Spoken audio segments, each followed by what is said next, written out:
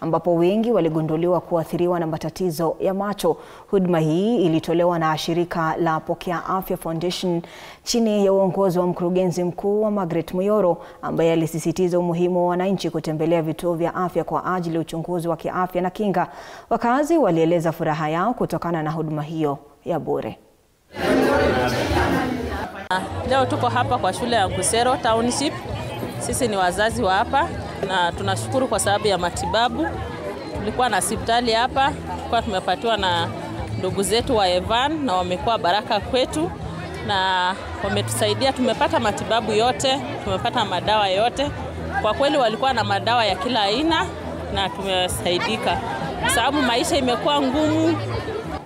Tumefurahia sana kwa wakazi wa Kajiado, leo wamejitokeza sana. Tumeweza kuwapatia huduma za bure kama madaktari wa Pokea Afya Foundation.